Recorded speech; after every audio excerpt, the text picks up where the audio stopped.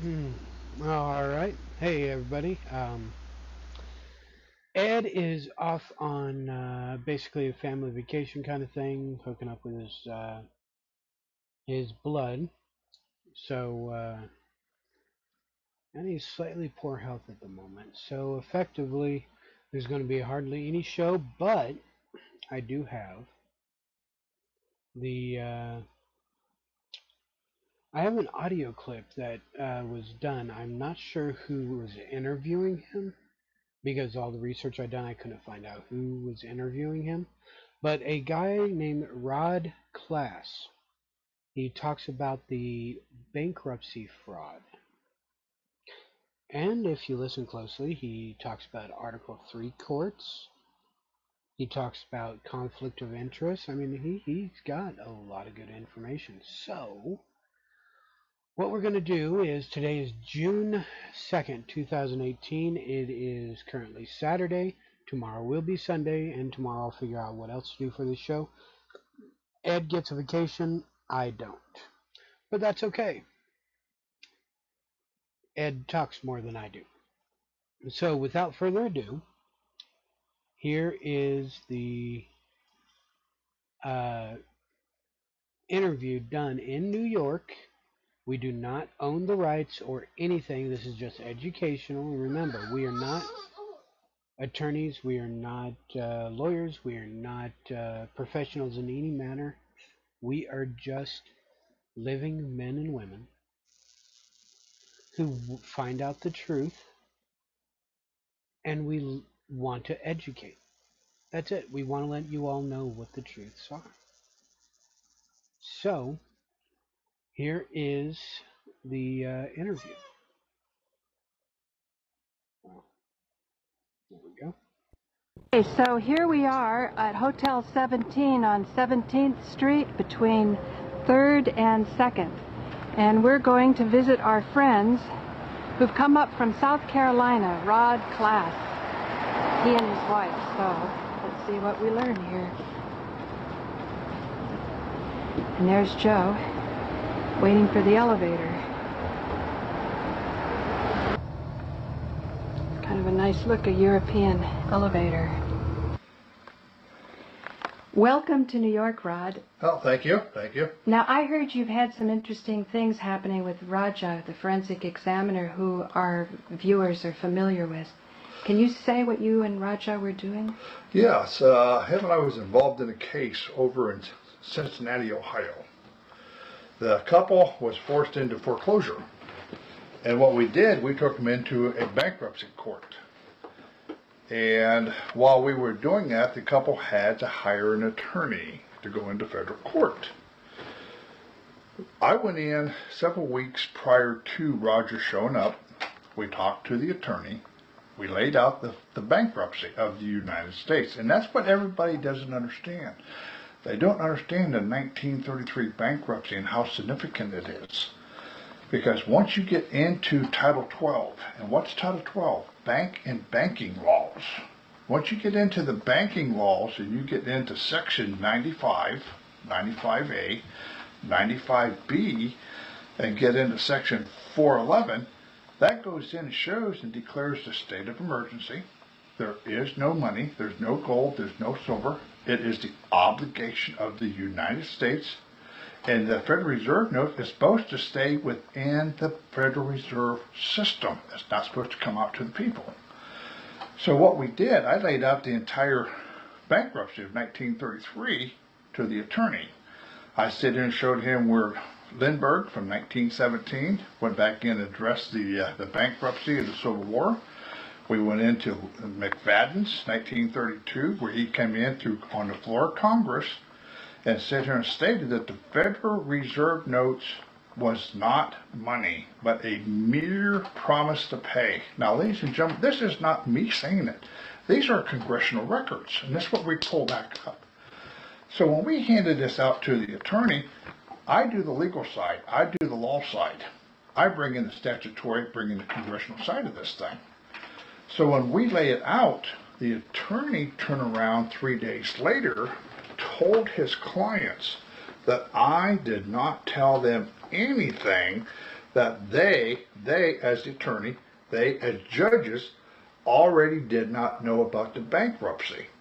So we brought in the proof of the fraud that all mortgages are securitized.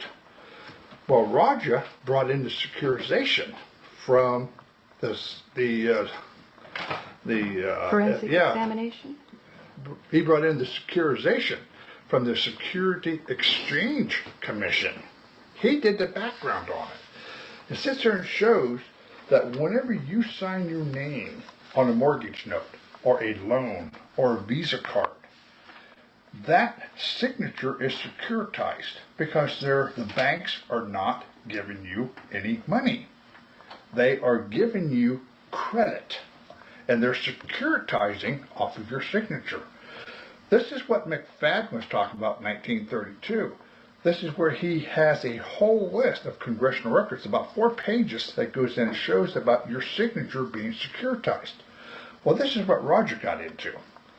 So when we put this before this lawyer in Cincinnati, Ohio, the first thing he wanted to do was resign because he could not represent Carl and Vera in the courtroom, because if he was to come in and says, Your Honor, the clients here have evidence of the bankruptcy of the 1933, the banks are not lending any money, they're lending credit, he would be disbarred. So when we got into the court that day, Roger and I both showed up. We was not supposed to be there. Our summonses never came out to us. Our subpoenas never came out to us. They withheld them. We showed up anyhow. How did you know to be there if you didn't get a summons? How did you know it was happening? We had contact with Carl and Vera, and we told them. Oh, the clients. The clients. We told them we would be there regardless. See, I came in as a private attorney general. I came in as a PAG. All right. I hold position through the United States Congress. All of you hold the ability as a private attorney general through the United States Congress. Congress passed a law in 1866. They turned around and passed it again in 1979. All you have to do is understand the rules, the regulations, the statutes, the codes on their side, because it's their procedures. Once you understand it, you can walk into the courts and you can debate them. So when we walked into court that day, I was all dressed up and I was ready to do my part as a PAG. The attorneys came in for the other side. We all walked up to the judge, and they sit here and asked the judge, says, Mr. Class is here to help represent the defendants here, or actually the plaintiffs here. And she says, well, Mr. Class, are you a bar card holder? I says, no, I've got congressional jurisdiction. She said, you want to see my credentials? And I laid my credentials out, and I sit here and showed her, said, you see where it says stamp by the Judiciary Committee on the House and Senate side? You want to see the federal law says I can? Her mouth dropped, and so did the attorneys, because they thought I was bluffing. They didn't realize I had congressional documentation. And I reminded that judge, I says, you see that sign that's sitting behind you? And she says, yes. I says, you see where it says District Court of Ohio? And she says, yes. I says, you are an Article 3 court under the Judiciary Act of 1789, the statutes at large. You're under the revised statutes. You are under the Judiciary Act of 1911. And you're also under Title 28, which is the Judicial Procedures. Your procedure says you're an Article 3 court. And she looked at me and she said, you're not a bar card attorney, are you? I says, no, I'm not. She says, well, they already got an attorney and we're not going to allow you to represent them in here. So we all sat back. And the attorneys popped up and said, well, Mr. Klaus is still sitting within the bar. And she asked Rob if he would like to have a few minutes with me, because he sits here and says, look. Excuse me, who's Rob? Rob is the attorney for Carl and Vera. Okay. He's their attorney. And he says, I need Mr. Klaus's assistance to get the point across of what my clients are trying to iterate on their case. He says, because I cannot present their case. Mr. Klaus can. As a private attorney general? As a private attorney general. I can't. And you had the credentials for Congress? I got the credentials to do it. Wow. So she gave us a 15-minute recess. So when we came back in, I was not allowed to cross the bar. I had to stay out in the site. So Rob, the attorney, he went up before the judge and he pleaded and he begged with the judge, and we got on transcripts. 4 times he sat here and explained to the judge, says, Your Honor, I cannot represent my clients, because if I represent them, it is in conflict with my rules to the court and my oath to this court and my duties to the court. I cannot represent them in the means that they wanted represented. And the judge looked at him and says, are you telling me, is this your choice or is this your client's? He sat down and says, I cannot represent them because they know if I do, I could be disbarred. She says, you will be disbarred under Rule 11. She warned him twice. Can you tell us Rule 11? Rule 11 is where the attorneys have to comply with their oath to the court, not to the client. And if they sit here and violate, they can be disbarred from practicing law. So we got an open record and a transcript where the judge threatened him twice with Rule 11 of disbarment, because if he tried to bring in the bankruptcy of 1933 and bring in the proof of the securitization of what the banks did on this, he would be disbarred. So whenever he got done talking, the attorneys for the bank showed up and said, it says, Your Honor, because of the conflict that we have with the plaintiffs over here, with Carl and Vera, and their knowledge, no lawyer will ever take their case, and they'll never get a law firm to represent them. Because of how they're proceeding with this, they can never be represented by lawyers.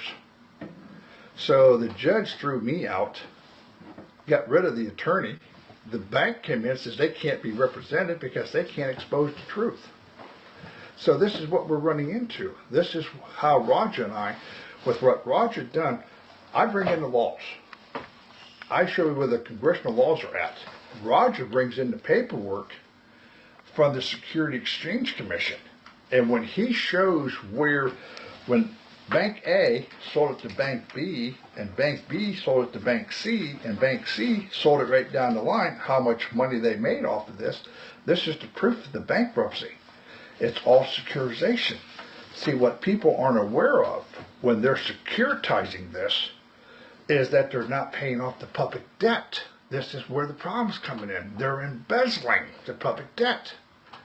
So if they were to do it right, the public debt would not be some $15 trillion. It would be zero, because they would be paying off the public debt because there's no money. And see, this is where the congressional records are so important. This is why I do the research in congressional records. It's like the attorney sitting here and said, well, Mr. Glass, these are not laws. I said, you're absolutely right. They're not laws. What it is the intent of the law. And when you have the intent of the law, it tells you what the law is supposed to be and how it is supposed to be written. And if you get into Title 12 under the Code of Federal Regulations and get into Chapter 9, 9.1, now the Code of Federal Regulations is the next step down from the Federal Registry in the laws. You have what is called a House Resolution. Then it goes into public law, then it goes into the Federal Registry, then it comes down to the Code of Federal Regulations, and from there it is deciphered down to the United States Code. So when you get into Title 12, which is the Bank and Banking, Chapter 9, under that 9.1, 9.2, it refers you back to Title 12 USC Code 95A, 95B, of the bankruptcy of the United States. There's no money. And this is what we're coming back in and exposing. And this is what the courts do not want exposed. But see, everything I deal with their own rule books. I deal with their own regulations. So when you're bringing it in and you're showing, aren't these your laws? Did you not create these? Aren't these your rules? Aren't these your regulations? Because under Title 12, that 95 is banking duties and regulations. What is the regulations? What's duties? It's their obligation. So when you point out obligation to you as we the people? It's an obligation to we the people. So when it says plainly in their own set of rules that there's no gold, no silver, and that we're under bankruptcy, and it takes you back to that March 3rd, 1933, and it takes you back under that Public Law 1, 48 Stat 1, which is better known as H.R. 1491. This is that state of emergency clause. It shows that there's no money because it shows if you had any gold or silver, it shows that you were placed under a penalty of a $10,000 fine and 10 years in jail for having gold and silver. So this is what we're coming back in and addressing. The courts don't want to address the bankruptcy, but it's like I told Carl, so stop and think here for a minute. And I said the same thing I talked with Raja. We're walking into a bankruptcy court, are we not? What's a bankruptcy court? Bankruptcy court is to hear bankruptcy. Right. And if we're going to talk about bankruptcy, it isn't the people that are bankrupt, it's the banks that are bankrupt. Right, asking the people for more money. Yes. So we're the creditors. You come in as a creditor. Huh? It's the federal government that is bankrupt. It's the Treasury that is bankrupt. It is not the American people. It's the system. And the bankruptcy court don't want to operate and don't want to address the bankruptcy of its own system. They want to put the burden onto the people. Right, and it just keeps... And that's what we're trying to get into the securitization with Raja. This is one segment. The other segment we're going to get into for this program is the corruption of the court system. They just passed a public law 112-63. What this gets into, what it explains, is the jurisdiction and venue clarification of the federal courts. What they have come back in and stated is what we've been teaching all along. When you're going into the United States District Court, that United States District Court is an IRS court. That United States District Court is a bankruptcy court. That United States District Court, it falls under foreign sovereign immunity. It falls under Title 28, that 1391. That foreign sovereign immunity is a foreign state court. This is for dealing with alien residents. And that's how they have the American people classified. See, all this falls back under the bankruptcy of 1933. Because if you look at and you get into the Public Law 1, 48 Stat 1, and you get into the state of emergency, it deals with the Trading with the Enemy Act of October 6, 1917. Go back and read this. And it shows that it made the American people alien residents, alien enemies of the state. And all you have to do is go back in, look under Title 50, get into Chapter 3 for alien residents, get into Section 23. It says jurisdiction of the courts and judges, and it gets in and classifies the criminal aspect. And this is where criminal charges comes in. And they're dragging you and I in under alien residents as an alien enemy resident. So when they How did they sell the people on that in 1917? What they did in 1917, that's when World War I came out. All right, remember, the Federal Reserve came in 1912, 1913. Whenever Germany wanted to create the war in 1917, the Federal Reserve went over and sat down and says, okay, you want to create a war, you use our currency, not yours. So what they did is they took over their German money, gave them Federal Reserve notes so they can sit here and buy and sell and trade. So this way the Federal Reserve can make profit on both sides of the fence. This is how they did it. Well, it worked so well that in 1933 they passed what is known as the Mandatory Act here in the United States, where they made the people the enemy of the state.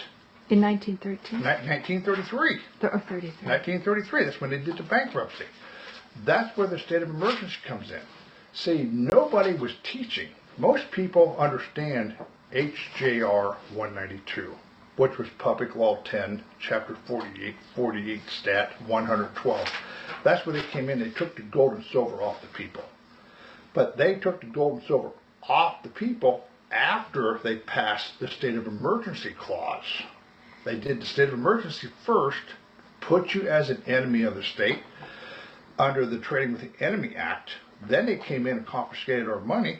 We now get occupied, and we was never aware of this. See, nobody teaches this side. I do. And Well, surely people who had to give up their gold were upset. They felt probably ripped off. Well, see, they did, but see, the problem of it is, what people were not told, that's where McFadden comes in 1932. He sits here and shows where the Federal Reserve embezzled $113 billion in gold bullion out of this country. And guess where it went? Went to Germany in 1939 for Hitler to start the war. Wow, never heard This is that all one. documented in congressional records. This is why this is so important. This is why we bring this stuff up, because it can all be validated through This is congressional incredible. records. It's like our media doesn't give us a clue of Well, they what's really don't. going on in Congress. This is all hidden. This has all been tucked away. So I understand you and Raja would go down to D.C. and go to Congress. We have. We've been down there. That's how you find this out? Well, no, I found this out way before that. What we did is when we was up in Maryland, Raja, Jeff, and Carl Weston, and a few people from the seminar we had, we went down to D.C. We showed them how to lobby Congress, how to deal with the corruption of the courts. And what we brought into the legislation is I sit down and says, look, I said, we got a very serious problem here. We need to address the bankruptcy of 1933. You should have seen the people came out of the back room. They didn't want their front office clerk hearing this. Yeah. We rattled their cage. We hit a point. We went back and we addressed the fact that they did the Trading with the Enemy Act on American people under the Mandatory Act of 1933. Show where they brought it in the 1917 Trading with the Enemy Act, brought it into 1933. We showed where they did all this. These people came out of the woodwork to shut us up. We got out in the hallway and we talked to several different gentlemen, and they flat out told us we got hold of the Ways and Means Committee, not the congressman, but his aide. And we explained this to him. He says, I want to tell you what, it is about time you people start walking into Congress and laying down congressional records that back up the corruption of the system. You know, Rod, at the deed office here in New York City, I had some people who work in the deed office saying, you know, it's about time. It was the Rob Ryder stuff that I did. But see, everything I tell people, and my whole philosophy is, if we're going to do the paperwork, make sure you got the black ink on white paper. Make sure when you walk in, like we walk into bankruptcy court, we're bringing in Title 12, banking laws, 95, 95A, 95B, Section 411, the obligation of the Federal Reserve note goes right back into the United States. It don't belong to the people. So when you're bringing in their own statutes, you're bringing in their own regulations, they can't argue with their own black ink on white paper. They try to throw it out as frivolous, unintelligible, incomprehensible, but now your objection comes back in. Are you telling me that you're not capable of understanding your own rules and regulations, that it's that frivolous? If it's frivolous, then you don't have a job here sitting on the bench as a judge, because that means you're incapable of understanding your own rules and regulations. Now, their own rules and regulations, is that a way of keeping another monopoly from coming along and doing what they're doing? Well, this is part of it. They don't want any of this brought in. Okay. They don't want it brought in. Because, see, the lawyers... They got a good scam going. Yes. This is why Rob, when he tried to bring it into the court in Cincinnati... Excuse me, now Rob was the attorney he for was your the attorney clients. for Carl and Vera. And down he here in was a Cincinnati, member Ohio. of the bar. Yeah. Right. And the judge threatened him with disbarment if he would bring in the truth. No lawyer can bring the truth into a courtroom.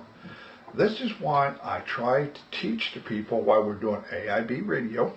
We do it 2 nights a week on Tuesdays and Fridays, to where we get the people to download, understand the laws, understand your rules, go in and defend yourself, because no attorney can come in and bring any of this information in, because he's a board member. He can't expose to fraud. He can't expose to corruption. We can. And this is what upsets them. This is one of the reasons why they passed this new clarification in the federal court. But what they turned around and admitted is that they're bringing it in under foreign state. They admitted that they're bringing it in under alien residents. They admitted you had They it. admitted it's the clarification. What this is, now this isn't a new law. This is a clarification of an old law. Now stop and think. Clarification of the old law? What they're sitting here saying that every single person who's ever been brought before a federal court in the United States District Court has been tried wrong. They brought them in under foreign sovereign immunity. They brought them in where they had to go through the Department of State. They had to get a waiver. They never did any of this. Never went to the State Department. That's exactly right. And this is part of it, because when you're going into the foreign sovereign immunity side, what this is like China suing the United States. You've got to get permission. You've got to get their immunity waivers. Okay, the attorneys, with this new law that they just passed for clarification, this means that every single attorney that's ever misrepresented anybody in federal court is now liable for a lawsuit for misrepresentation, because when they brought you into the United States District Court, they brought you into a foreign sovereign immunity court, or they brought you into a territorial court. And this is where we are teaching how to go into the District Court of the United States, because that District Court does exist. Because when we got into their rule books, you get into Title 28, get into Section 610, it tells you Court of Appeals, District Court of the United States, lower DC, capital US, then it gets into the capital US District Court for Guam. So the United States District Court is a territorial court as well as a foreign sovereign immunity court, and they brought everybody into the wrong court, and we have now been able to prove it. So you're saying that as natural-born Americans, we have a certain immunity from this foreign entity? Okay, now let me give you just a quick breakdown here. Go back into the Act of 1871. That is when the District of Columbia was created, right? Okay, that was Washington and Georgetown. That was part of the United States at one time. When they passed the Act of 1871, they created the District of Columbia. When they created the District of Columbia, they took it out of the United States of America and they made it a territory. So when they made it a territory, all laws have to come under the District of Columbia, not the United States of America. This is one of the reasons why I want to run for President of the United States. That's why we're doing a write-in for me, in order to get me in so we can come back in and fix the problem. We don't need changes. Class, Rodney right? Dale Class has to be my full name, Rodney Dale Class. RODNEYDALECLASS. Correct. And this is why, because we need to fix the problem. We need to put this country back into the people's hands. We need to dissolve the District of Columbia, take it out of the jurisdiction, and make it part of the United States of America again. Because, see, all these courts are charging us wrong. Because when you get dealing with IRS, what do they charge you under? United States of America. That doesn't exist. Oh, okay. It doesn't exist. Why? Because of the Act of 1871, because they dissolved the United States of America. They turned it into the District of Columbia. And see, nobody's caught this. Your research team actually went to Delaware and found out it was a Delaware corporation Yes, that it is. did not register in all the other states, so it's also illegal for that reason? It's also illegal for that reason, but it's the fact in 1871, when they dissolved the United States and created the District of Columbia, because like I said, you remember, Washington Town and Georgetown, that was part of Virginia and Maryland, correct? Mm-hmm. So when they did the District of Columbia, they made it a territory. What's a territory? It's not part of the United States. It is an subsidiary. So our capital is a territory. It's not the United States of America. It's the District of Columbia. They're bringing all the wrong charges into the wrong area, into these courts. The lawyers know it. The judges know it. We now know it. And this is what we're pushing. We've got to get the people to wake up. So as president, what can you do? Because you say you can fix the problem and... Well, very simple. Remember, we're under that state of emergency clause. We don't need executive orders. We need general orders. A general order, because of the state of emergency, will allow the President of the United States to use the military to come in and to get rid of the garbage and get rid of the corruption that we're dealing with. Kennedy was on the right track, but he left the corruption in office when he took over. Everybody wants to run under executive order. First thing I would do is run under general order. I'd bring the military in. We would clean up. We would dissolve the corporation, and we'd put things back into the people's hands. This is where part of the county assembly, what we talked about here on some of the shows, but the county assemblies have to be set up right. It has to be put back into the people's hands. See, the grand jury that they've talked about and some of this stuff, a grand jury only has one function. A grand jury is to hear if there's enough evidence to warrant a trial. It's like what they did here with Obama. Federal court down in Georgia tried to charge him. They couldn't charge him because he was never impeached. They didn't follow protocol. That's the number one problem. I teach protocol. I'll show you what protocol is. You have to go through the Senate manual. It's like the Jefferson's manual. Jefferson's manual deals with the House. Senate manual deals with the Senate, and it deals with the President. It's what his job is. That's exactly what it is. That's wonderful, Rod. So let's see what the New York audience has to say, and we'll be taking calls. Okay, thank you.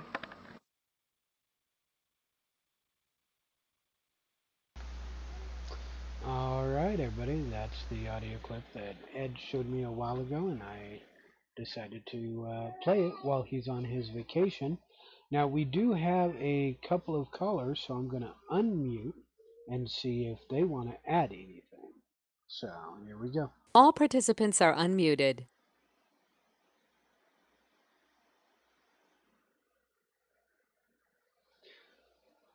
Okay, well, everybody's unmuted, but just for information again, I looked at the video, and that video was done in 2002, I believe, or it was done way in the past, or 2012.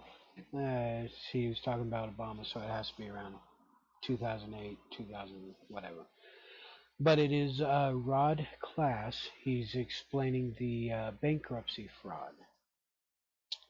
And if nobody wants to add anything or their opinions, considering Ed is on vacation, it'll be a extremely short show, but hey, that's what we got to deal with sometimes. At least you got that information, and it's out on our channel too now. Any comments?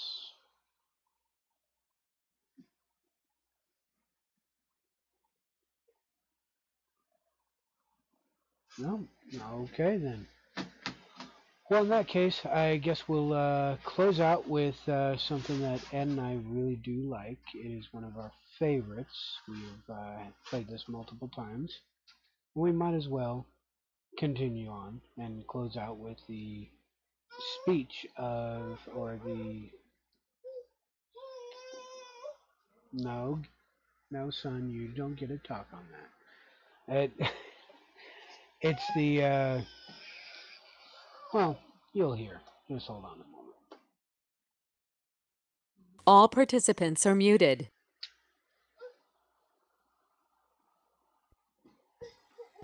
Well, I remember a teacher that I had.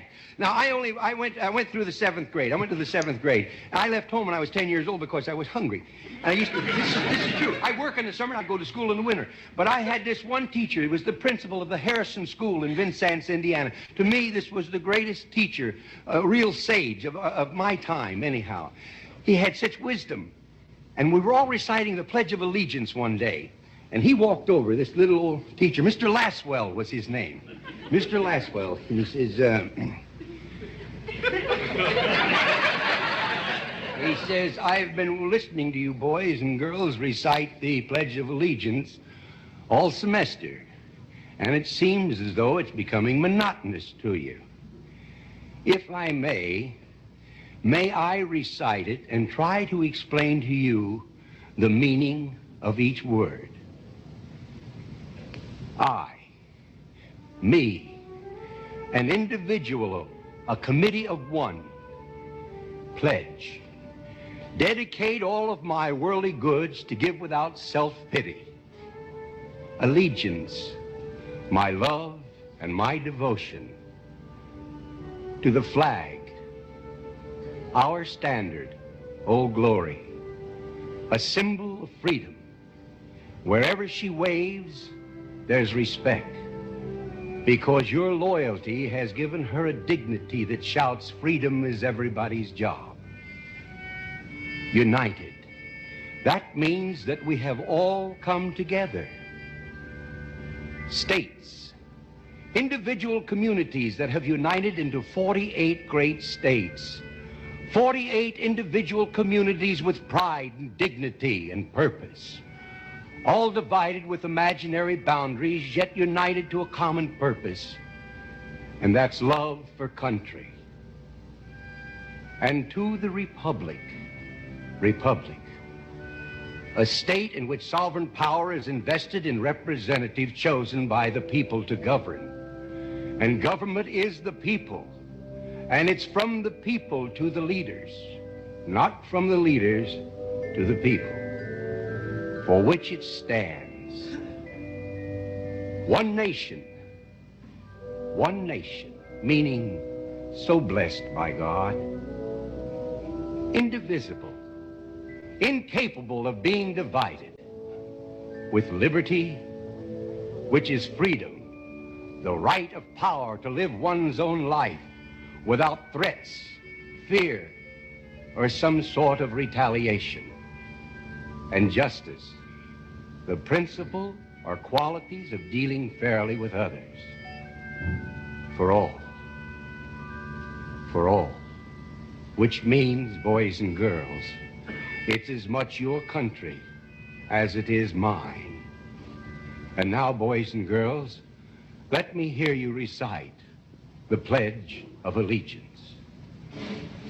I pledge allegiance to the flag of the United States of America and to the republic for which it stands, one nation, indivisible, with liberty and justice for all. Since I was a small boy, 2 states have been added to our country, and 2 words have been added to the Pledge of Allegiance: under God. Wouldn't it be a pity if someone said that is a prayer and that would be eliminated from schools too?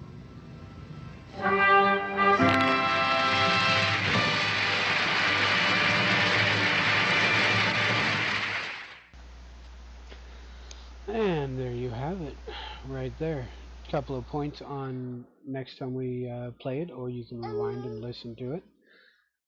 He says since he was a small boy, 2 states have been added. It has not always been 50 states. In fact, the 2 states, Alaska and Hawaii, were added administratively, not constitutionally.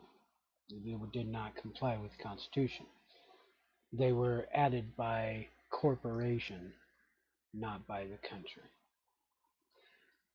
And the other point is, it says to the republic. So again, anybody spouts off, this is a democracy, tell them to get their asses back to England and get off the American soil, because Americans are for republic, not a democracy. But I would like to thank everybody for joining us, and or joining me, because Ed's taking a vacation. Again, Ed has a vacation, I don't. But we still got to get information out to you, and I thought this clip was a good clip to play. Tomorrow night we'll have another clip, or we'll just have a rerun, I'm not sure which. So have a good night, and we will see you tomorrow.